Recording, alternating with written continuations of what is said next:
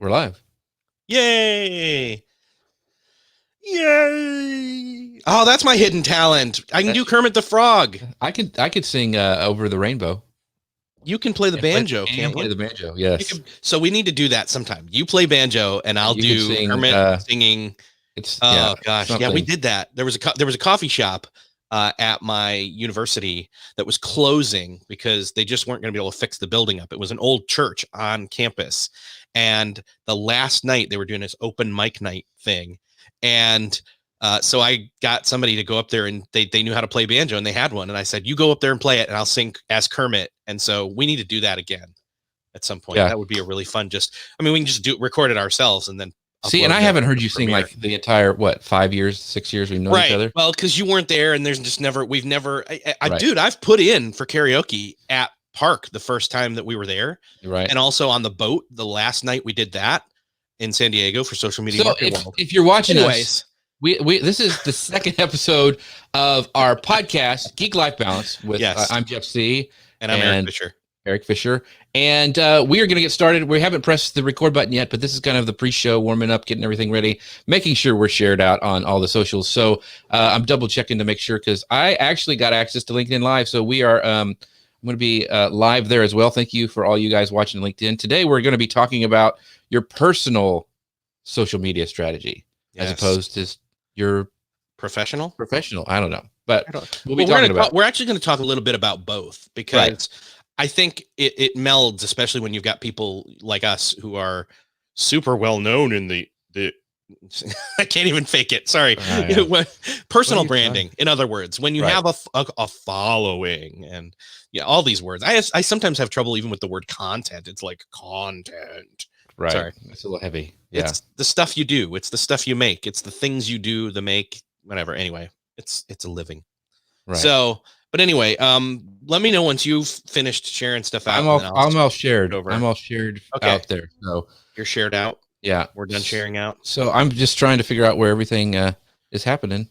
So anyway, so if you guys haven't joined, we have not actually launched the podcast yet. We're actually recording a couple, and then we're going to start. But we would love to get your comments and questions. There is Jason Groff. He says, he goes, "Hey guys, how you doing?" Jason, I hope we are doing well. Hope you're doing well and washing your hands, because that is important right now. So not just you, everybody around you. Yes. Yeah, I didn't want Jeff to single you out like that. I mean, but honestly, you probably do, Jason. Really. So we got Allie. Saw you on LinkedIn. Came to Facebook for comments. Awesome, Allie. I'm glad that you saw us on LinkedIn. I can't find it on LinkedIn. I can't find it. It's really strange. Glad you're watching it. Hello there from Pennsylvania. Yes, it's right. If you're on LinkedIn and you want to comment and say how better my beard is than Eric's, jump over onto Facebook to my personal profile. I'll share it out onto LinkedIn later once I can actually find it. You couldn't either, so that's good. And we're not on Twitter, are we?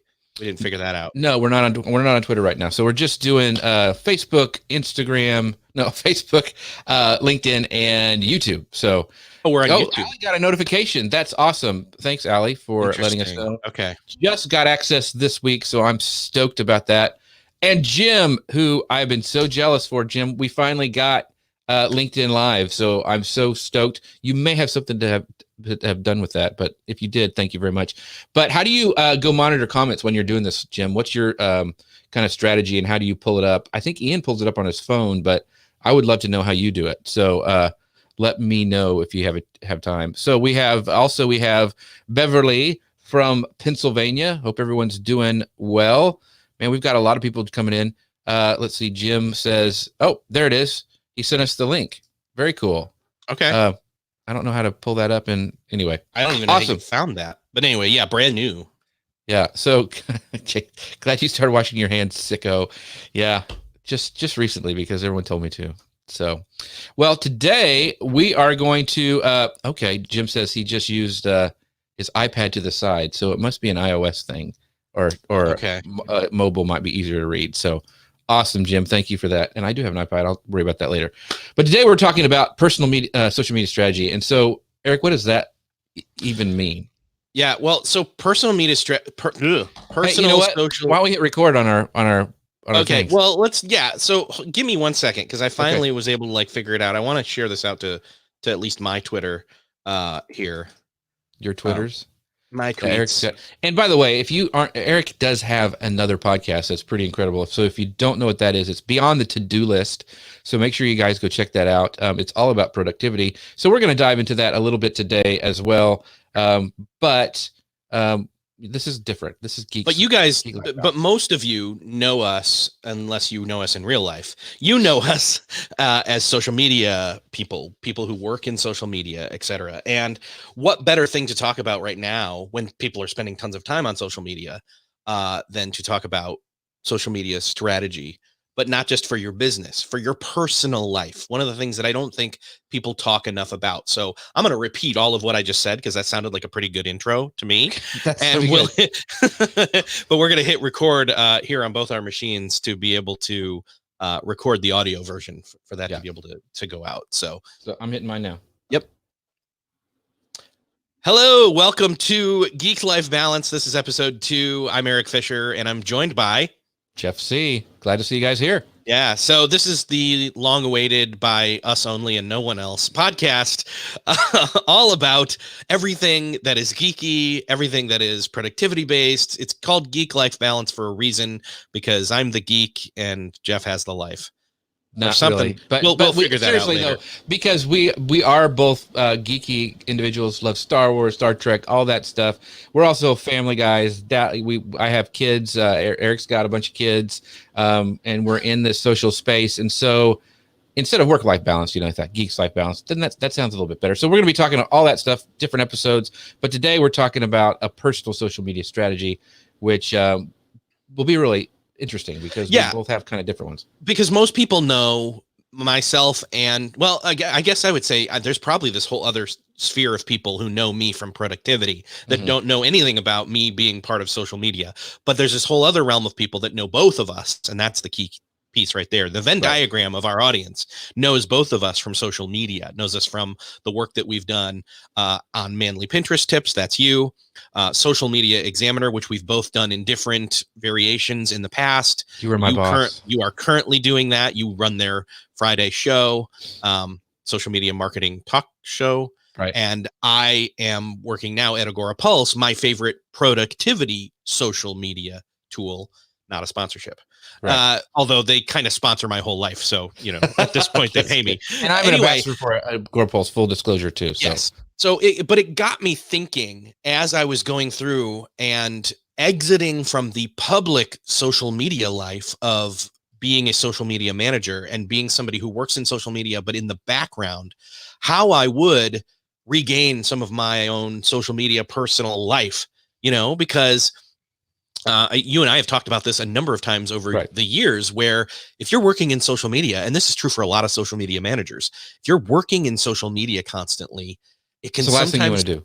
Yeah, it's like it's what's the phrase? The shoemaker's kids have no shoes, or the cobbler's shoes have no kids, or the cobbler's shoes have no kids. Apple cobbler, but I don't know what you're talking about. I love that as well. But yeah, so we both had talked about this before. Is like because the whole day's full of doing it professionally. We would, we'd make posts, we'd try to be creative, we'd go live, all this stuff for other people. And to a point, I still do that today, and so do you. But and a lot of times it's easy to let our personal brand, because you always want to continue to be building your own personal brand, even if you're working for other people, gets put on the wayside, puts on the back burner, because it's just like at the end of the day, you're like, man, I don't want to post on Twitter. I'm done. I want to watch Netflix. Well, and even the people that do social media during the day for their personal brand, because they are a one-man show or they're part of a team and that their brand is part of that team, it can still get to the point where doing social media for its benefits of socially connecting and networking and fostering community for yourself and getting community, getting a shot of community in your, inside of you, to like a vitamin, in other words, something we all need, that getting that benefit can start to wane. And I know that I personally felt that. I was not necessarily getting, like, the brand was getting it, sure, because of the work I was doing, but I wasn't getting it. And it's up to me to figure out, how am I going to do that? And so that's what got me thinking. And so even before the current circumstances which we find ourselves in, which will not be named. Anyway, I was thinking this would be a great topic, and so we already had this on our list, which was great. Right. I do want to. I think that we need to make a distinction for one thing, is because so you're talking about personal branding, and we all know people who have a great personal brand, but they have a team behind them. That's different from I think what we're going to talk about today. I think so. I was kind of thinking, okay, who does it? Who's still a solopreneur but has a huge audience, has a great community, and the person I thought above, who we both love, is Lou Mangello. I mean, he'll tell you he does all his by himself. I mean, he may subcontract once in a while for some things, but most of the stuff that he puts out, it's him and it's him alone. And so one of the things you got to realize when you start looking at these people who are like, oh my gosh, they have a great personal brand, they're doing all this stuff. Look and see if they have a team behind them, because if you're comparing yourself to that, there's no way you could do that kind of stuff. You know what I'm saying? So I think that's important to say. Even some of the solo people who don't have a giant team, they've got maybe a person that's, you know, a sidekick or an assistant that's behind the scenes. You know, I know, for example, somebody we both like a lot is John Acuff, and he's got, off and on or occasionally has people that I personally know that have helped him out, or even Jeff Goins. But again, Jeff does so much of his own stuff himself as well. It's more logistical stuff in the background. I mean, and I'm going to truly admit this, like I really do admire Lou and what he does and how he does it, both with live video, as well as podcasting, as well as community building, as well as Disney and all that stuff. Anyway, I'm sorry. I'm having a fan. Yeah, I know. But so if you don't know who Lou is, he does WDW Radio, Walt Disney World Radio. And, of course, he's hit real hard with everything going on. But his community, I watched something the other day, and it was amazing how they came together and how he's still doing stuff for them. There's still a community with all this going on. So if you want to have somebody to go and emulate or look to or get hope from, go check out his lives. I think he does them live every Wednesday. But anyway, so we want to give you some examples of, because it can be overwhelming if you're looking at somebody who seems like they're everywhere doing it all the time. There are people who, like Lou, can do it and do it by themselves, but they're very intentional of what they're doing. Yeah. And I don't want to just talk about the personal branding aspect of things. I really do want to talk about, hey, I want to be able to go on social media and not feel overwhelmed. In fact, I think this might be a good place to say that even my strategy that I had started to formulate and gotten a certain way in with, and then had to kind of put on pause the creation of because of traveling for the last time. I wish I'd known it, but we were the benefits. We had the benefit of being able to go to San Diego for Social Media Marketing World, and then immediately following go to Orlando, Florida for Podfest. And in between there, we got to sneak in one day at Disney and see Lou at Podfest and everything. So it was a really good week. I really cherish that week now because of how social distancing is working out. But all that said, in light of the constant, in light of isolation, in light of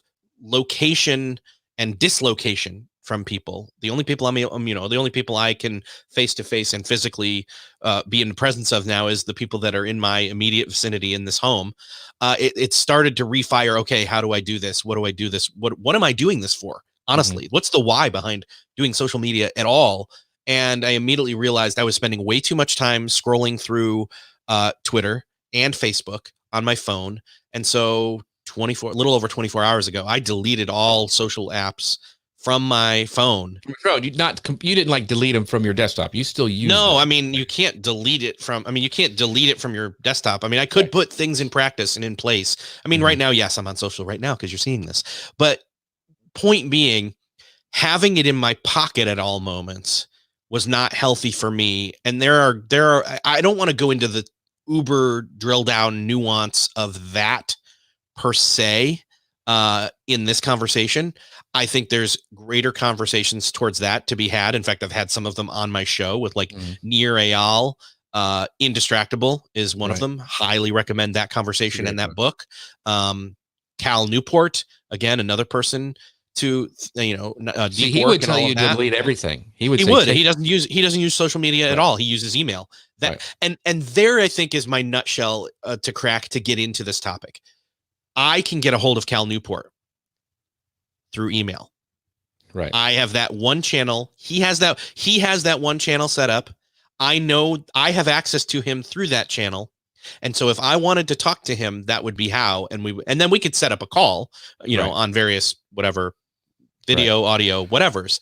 But it's that kind of intentionality and selectivity that is this. You got to do your homework. You've got to do your Right. pre-work on this if you're wanting to benefit the most from these tools.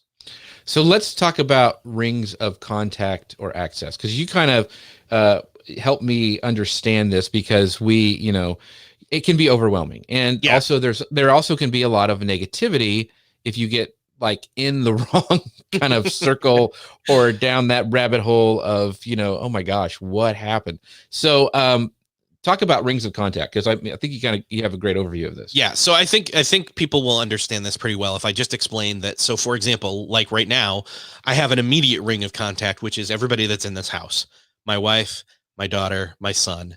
That's my immediate circle. That's my immediate family, and they in the ways that they are able to, my daughter and my wife have my phone number. Right. Hopefully they are also able block.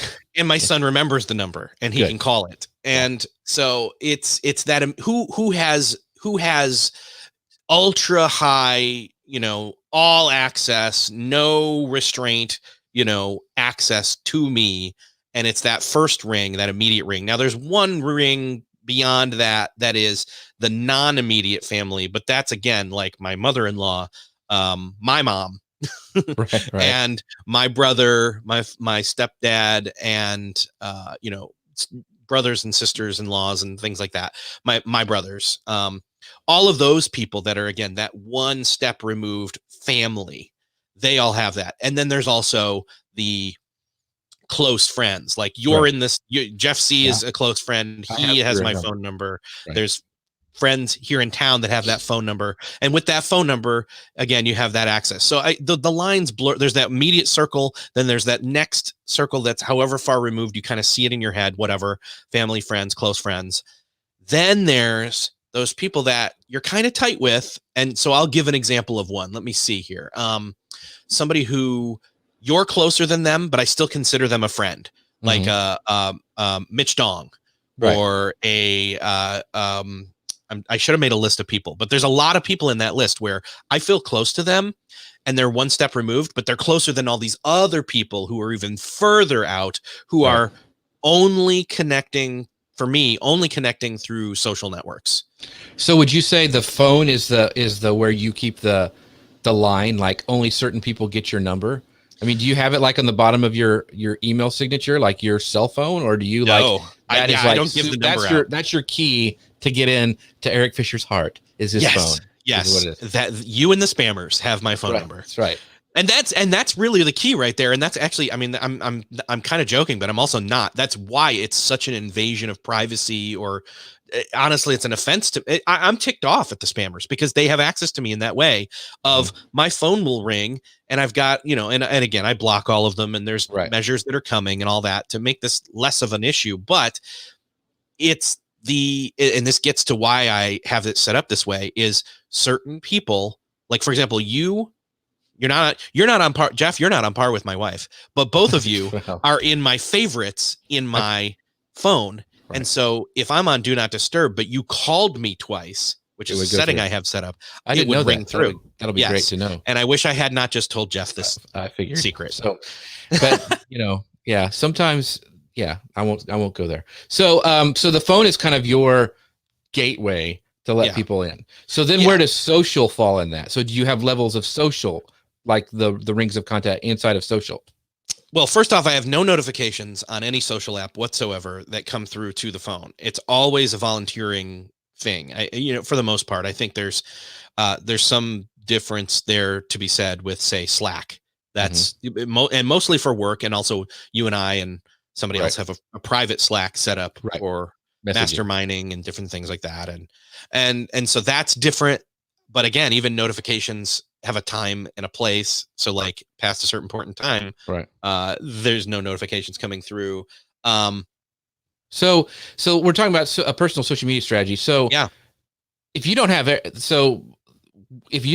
the key to Eric's heart, which is his phone number, then let's talk about just the strategy of the social circles. Because like for me, I have, so specifically on Facebook. So I have like when people I friend, like I meet at conferences or they message me or something out. So I use, and a lot of people don't know this, is the Facebook lists. Yes. So when somebody follows me or, sends me a friend request, and I see that we have all these people in common and I may have met them before, I'll say yes to friending them.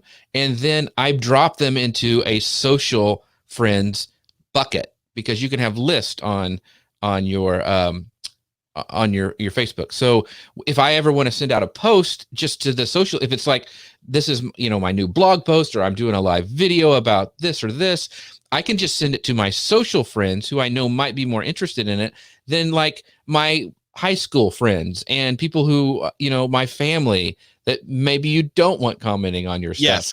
Yes. And this is exactly why I had to start thinking about this, because there was a time where it was like, I would share lots of things or comment or post or whatever you want to call it. I would be present way more, especially on Facebook. Right. And I backed way away from that as time went on, working in social media, because I did not want certain people to be commenting on my things and then have other people see those comments. And I'm not going to go into specifics there, but you all know you have that person you don't want commenting on your stuff, depending upon what stuff it is. And so being able to send something out to one list only, like I have a list now that's marketing friends.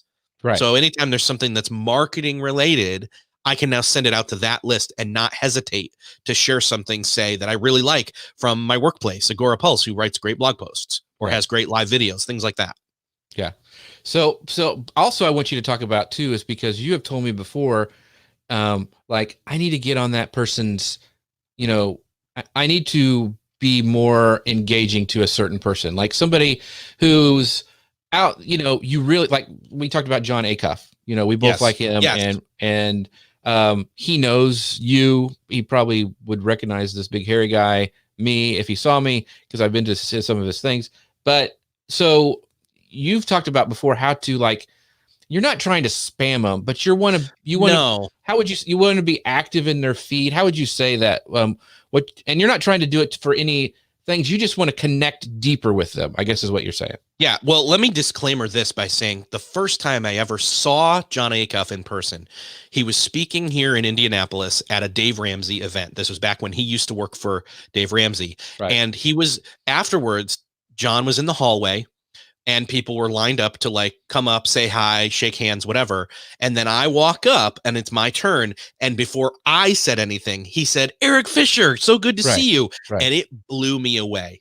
And so the fact that I still don't know, you know what, at some point I need to remind myself to ask him when I get the chance, how in his flurry of online activity, he was able to lock in a face and a name at that moment. Now, maybe he saw my badge. I don't know, but that's what it was. And I just shot myself in the foot with this whole story. But point being, that kind of just familiarity. And that's the thing, is it's not any kind of schmoozing or manipulation or ill will at all. Not ill will, but it's not for any selfish reasons. Let's put it that way. It's that I admire this person. I want to have more contact with them. Think of the social world as an offline event. Mm-hmm. We're all in a room and they just have, they're over there. Cool. I wonder what they're talking about. And being able to go and kind of say, hey, guys, to be able to have a talking point, to be able to walk up to somebody that doesn't know you much and you don't know them much, but you want to get to know them better because you think they're cool and you like what they do. That's the way I can best liken this towards. So my whole career was because of this. So I'm going to date myself with this, but I was started to become, so what happened with me is I had a marketing agency here where I did a lot of videos. I did all sorts of stuff. I started, social started to be a big deal. And I started, I better do this because I'm telling my clients to do it. I need to kind of know what I'm talking about. So I did it. And Google Plus was like kind of the Wild West. And so I decided to join Google Plus, and I got in there. And I remember the first time somebody messaged me back that I was like, oh my gosh, because I never did bulletin boards or all those things, you know, on the AOL. Remember the all the rooms you could go into? I never did any of that stuff. And so that was a big deal. And I remember I started commenting like on people like Pegs Fitzpatrick's post, just and I wouldn't like, hey, or, I mean, I'd ask intelligent questions or saying, how do you do this? I mean, and I was interacting very, very organically, very naturally, not spammy at all, none of that stuff. And so that developed into a relationship, which led to me, now she runs social for Guy Kawasaki. Now I produce his podcast. I mean, but that's like 5 years ago when that, or even longer than that, when that started. And it was very naturally organic, but I knew that she was a big deal in the social space. I mean, she had millions of followers, and that developed into a friendship and all that kind of stuff. And the same thing with us is I went to social media marketing world for the first time. We went to a what was it? Podcast San Diego. It was a podcast movement, one day pop up mini conference thing in Balboa Park, which was amazing. Yeah. So we went to that and we talked, and then we said, hey, let's do a mastermind. And then you recommended me to Michael Stelzner for Social Media Examiner when they needed help with Pinterest. I started doing trainings there. That led to this. And so it was very organic. But the point that I'm trying to make is being intentional in interacting with people and not being spammy. You're not trying to use these people. You're just trying to be nice and ask questions and learn from them. If I would have been spammy if I would have said, like a month with Peg and then said, hey, share my blog post, she would have she has that happen all the time. And she would have went, I'm out of here. Yeah, it's not what we're talking about. This is way more like dating and friendships than it is networking, at least in the skeevy car salesman like networking. Exactly. My business card is in my hand as I shake your hand kind of a thing. Right. So going into it with that mentality and then approaching each of the social networks. So then I approach each of the social networks differently based on whether I prefer that network or not, versus I know that person that I am either already connected with uses this one in particular a lot. So for example, there are different times that this is maybe not the greatest example.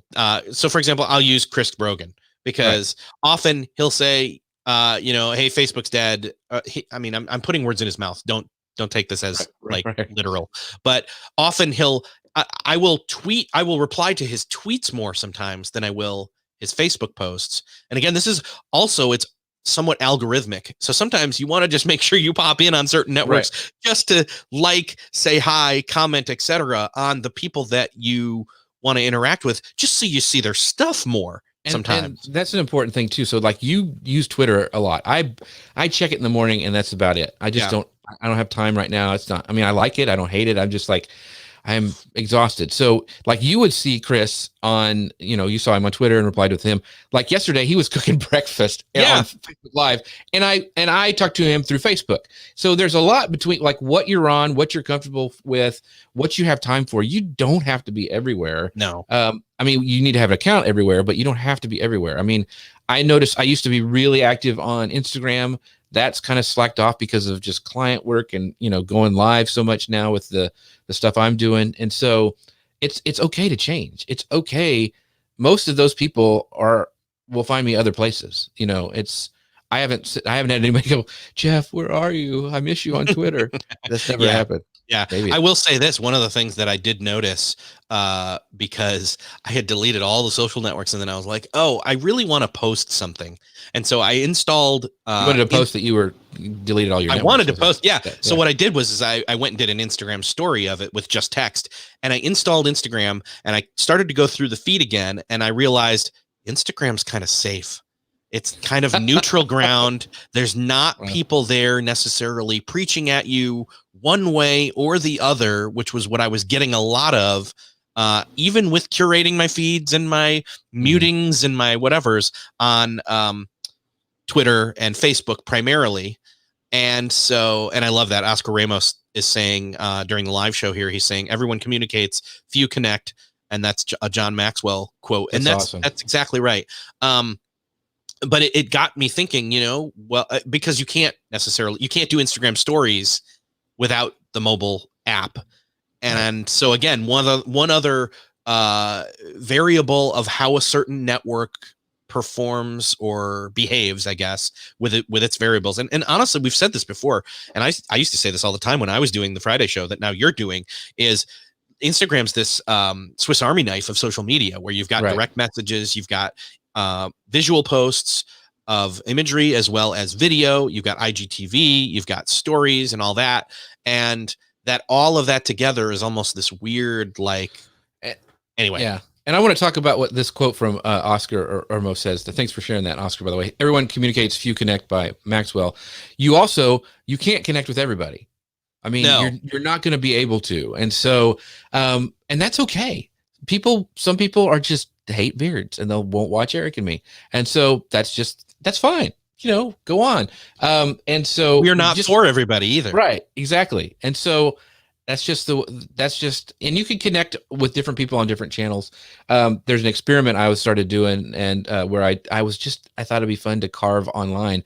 And it's amazing people who come to that, who I have never seen before in my, my post and like my professional stuff. And so I think it's really important to also try new things. And I think we need to talk about a little bit, how does our personal strategy change in light of some of these current circumstances? I mean, one thing, everybody's going live. I mean, I hadn't seen Chris Brogan post, like do a live breakfast show, what he was doing, and that was great. It connected me more to Brogan, and seeing his apartment and make a joke about, is that toilet paper up there? That kind of stuff. So, I mean, it's really interesting. So how are you changing yours up, Eric, during being sequestered a little bit? And that's the thing, is like, I do have, like, I'm really like right now, I feel, even though I'm an introvert, like, this is awesome. This is me wearing the Iron Man suit or being on stage and going live with you right now. Right. And I really look forward to this. And I look forward to doing this every week when we do this. The reason being is that this is one of those ways to connect with, like, George, who's in the live channel, and everybody else, and just to kind of be on and perform in a sense. This is me performing. No. And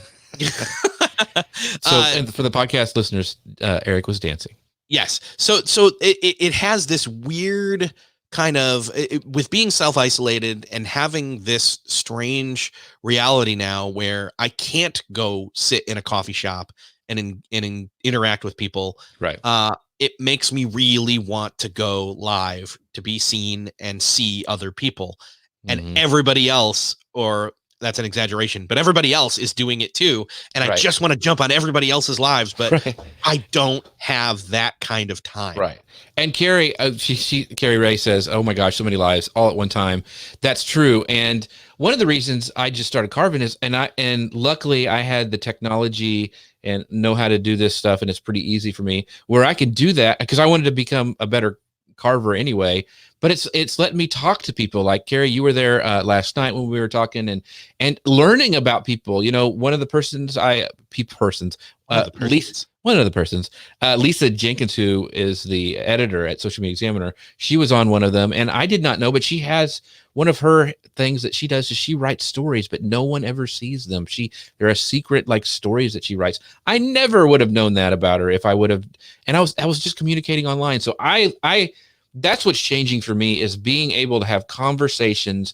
And it seems more people right now are open and really wanting that connection. And if you know how to do that, I think you're in a good place right now. Yeah. So, and again, you don't love Twitter. I like it, but there's certain people that are only there. I can only connect with them there. Certain podcast hosts, etc. Like, they're not going to accept my friend request on Facebook, and maybe I wouldn't like everything they do on Facebook, but they curate and are selective about what they say and what they do on Twitter, and so I see it there. Same with Facebook. There's certain people where, after I see them post the same kind of stuff that I'm not interested in over and over again, unfollow. We're not unfriended. We're just unfollowed. Right. And then what else is there? There's Instagram, same kind of deal. I don't follow a lot of people. I follow more brands on Instagram than I do anywhere else. Right. Especially Facebook. I get some great apps and stuff from things. And George even said he loves Instagram because, like you said, Eric, that it's safe there. It feels safe. It is safe. Yeah. A lot of people now can't be sharing like what them by their yacht or whatever. So they're like, here's my closet, and so it's kind of leveling the playing field there on Instagram. But George has tons of great photos. He has got a great Instagram channel. So I think there's one other network though that is a little bit. I'm still struggling to maybe understand how to cross the boundary, or I don't know what exactly to do with it. And it's LinkedIn. And I know you just got LinkedIn Live, so we are live on LinkedIn on your profile, which I will then share over to mine once I can find it after this is all over. But I don't exactly know. And again, this is me, social media expert, guru, etc. Saying I don't really know what to do there half the time. What I will do though is for example, yesterday or the day before, Ryan Holiday had the obstacle is the way. Mm-hmm. It's a book of his, really appropriate to share out that it was $1.99 on Kindle. And so I shared it over to Twitter and to LinkedIn. I don't know. Maybe I did post it to Facebook too, but I don't know. But anyway, point being, that's the kind of stuff I look out for. There is professional development, not necessarily personal stuff per se, but I will sprinkle it in occasionally. But yeah, LinkedIn, new podcast episodes for sure. I post on LinkedIn and Twitter, not as much on Facebook. I think LinkedIn is going to be more and more important. I mean, I'm super excited we got live, and I think there's going to be some great interactive in there. Jim, who is in the audience, he has an incredible show. He's killing it over there. And he also said that he uses Twitter lists to keep it positive for me. He wishes he could have a list feed on Facebook sometimes. I agree. That would be awesome, Jim. Actually, if you create that Facebook list, but everyone forgets to do it. Right. So here's a tip. I created a list that was for people that are local only, because I figured, hey, I'm going to go through, and if I've got, so I know there's, a handful of people, it's probably 20 to 50 people total that are local people that I am friends with on Facebook. Once I created that list, there's a feed there for it, but then there's a URL. And if you drag that into the, create a bookmark for that, where, hey, I'm going to go. So then instead of going to the raw Facebook feed, you can just go to friends, just go to family, just go to your marketing peeps, whatever, name your lists how you want them. But one of them is local, and I can click on that in my browser and go just to there only. Yeah. Jim says LinkedIn for him is all about engagement and consistency. So yeah, I think that is, I just see that platform really taking off, especially right now. So let's talk about really quick before we start wrapping things up, how often we should examine and change strategies. Because I know it's really easy, because I have this problem, is that I always want to try the new thing. I'm like, I should do, short video now. Oh, I should make video and post it this way. Oh, Square video, I'm going to do this. And you can get overwhelmed on trying to do stuff. So, Eric and I both do, from our mastermind, we do a thing called the 12-week year. And so what we do is we try to, plan, in a quarter is what we're trying to do, and plan out a year. And it's been really helpful, because that's the time where you can go back and re-examine that. And if you didn't listen to the first episode of this, we talked a lot about one of my favorite books that I just read is called Beginner's Pluck. And she talks about creating like a personal manifesto and a VIP, which is a very important promise, and re-examining those, because you only have so much time in a day to do things. And so that's, I think, also is a great time for us to like go back and say, okay, maybe this quarter, I'm going to try creating one YouTube video a week. Let's see how that works. Is it working? Okay. If it's not, maybe I should do something else and use that time and put it elsewhere, because we only have so much time in the day. Well, and I think that's exactly where you start from, is you have certain ideas of your why you want to use social and what you're using it for. It's funny because I'll be dropping my podcast episode about vision and Michael Hyatt's new book about vision, The Vision-Driven Leader, today. And I was listening back through it, and it's just like, man, this is so good. It's all about the why, and then it's about the how, and it's about working that why and how out with your team and to your team so that they know clearly what you mean. But that all predicates on you knowing it first and you doing that homework. So that goes back to our last episode where we were talking about beginner's pluck and those personal manifestos. So I think you should have a personal manifesto before you decide to have any kind of social media strategy, whether that's for your business, your personal brand, or your personal life. And then again, you also alluded to this 12-week year thing. And yeah, I like being able to to take a look at every 12 weeks, where are things at now? Does it happen like it's, lockstep? Oh, it's been 12 weeks. How's my Twitter going? No, not at all. Even just my deciding to delete stuff off my phone 24 hours plus ago it came out of a complete shift no one was expecting to happen. And this was my reaction that I sat and thought about and then did. Right. And Jim said something earlier about LinkedIn, about being engaging with people and consistency.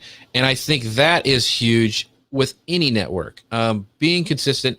And I don't know how people can be consistent on all platforms. So like we've talked about today, if there's one big takeaway, it's probably not to do, everything and try to, see what works, but find something to be consistent. So, and you can do it for a while. So like I mentioned, this carving show I'm doing every day, except for Sundays. I may not be able to maintain that. I hope I can, because I'm getting better, I think, carving. But yeah, does that work in my big strategy? I don't know. Maybe. But I'm going to test it. But I'm going to reevaluate it at the end of the 12 weeks and say, okay, is this worth doing? And is the community that I'm building and being able to talk with people like Carrie and Jim and George, who come and just chat with me, that may be worth it just to do that, not because I'm wanting them to buy my course or to, do this for me or whatever, just because I can build those relationships. And like I was able to hang with George at the Agora Pulse speaker party when we had it. He was there taking photos and we sat down and chatted. That to me is worth being consistent. And so I think that you got to keep that in mind and don't go in with like, what can I get from this? There's going to be a lot of people right now. Unfortunately, it's going to be really crunch time. It's going to be, oh gosh, I got to get money. I've got to do this. That is not the time to push. You get pitches all the time. I'm getting more and more pitches of people like, I want this, if you do this for me, this isn't the time for this. This is to be real and to support people. How can I help you? That kind of stuff. That's going to make the difference, not coming and trying to, use your network to, get everything, for you, I guess. Yeah. And you can get a lot of the benefits that you would get from being somewhat sleazy, you can get without being sleazy. In other words, and here's what I mean by that is that, for example, you sitting down and doing something you were going to do anyway, which is non-screen time by carving, but then putting that in a platform or a place where you are sharing that. It's like, hey guys, I'm going to go do this over here.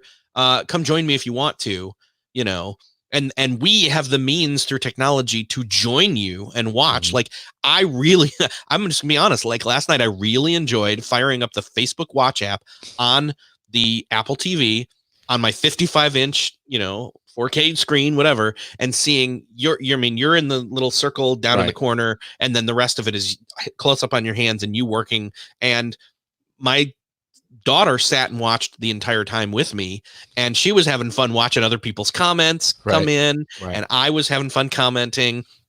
And so it was like you and I were hanging out, but you were doing, like, here's the thing, you have never done woodworking with me present ever. But we got to share, you and I got to share that last night, and it meant a lot to me, man. You see what I'm saying? It's like, even our relationship, though we've known each other 5+ years now, it's like, that was another added bonus on top of my daughter was there, on top of other people being there that then I got to interact with. It was facilitating connection, not forcing it. Right. There's a quote right there. Yeah, tweetable. So I think that this is to bring this all the way around. We've talked about personal social media strategy, and the key thing out is personal. Yes. People want to have the personal thing with you. It's okay.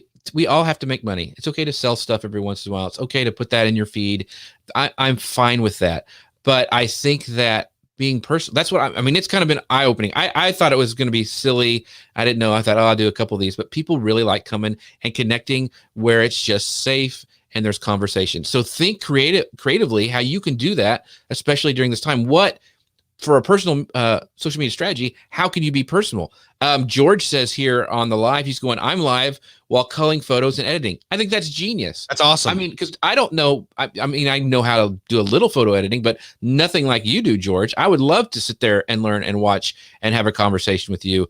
And so I think that's genius. So let me bring this up. Here's an example of, okay, that just sparked a real interest in me to, oh man, I know George and he's doing that and that sounds cool. I want to make time to jump in and do that sometime. Right. How can I? And so I'm already starting to think through that thought process of George. I consider George a friend. We've met in person a number of times at conferences and we've hung out, and but the majority of our time we spend interacting online only. Right. And yet this is a time where he's doing something really cool. And I want to integrate that into my schedule as often as is able to happen and as often as he's able to do it. But it's going to take intentionality and thought to make that happen. Yeah. And that's great. And I actually saw George in my feed. He was reading his son a bedtime story. And I thought that was a great way to connect, especially during this time. People like to see that and may spark some ideas for doing that. So that's, I think, the big takeaway for today would be like personal social media strategy is, we've heard it all before, but be personal. But think of this time now, how you can really be creative, how you can connect with somebody, that may, we talked last night about what some of your hidden talents are. Maybe some of those hidden talents, other people would really want to see or hear. Like if you're good at storytelling and you love doing audio, man, do a podcast. What's stopping you? There's all sorts of cool things that you can do.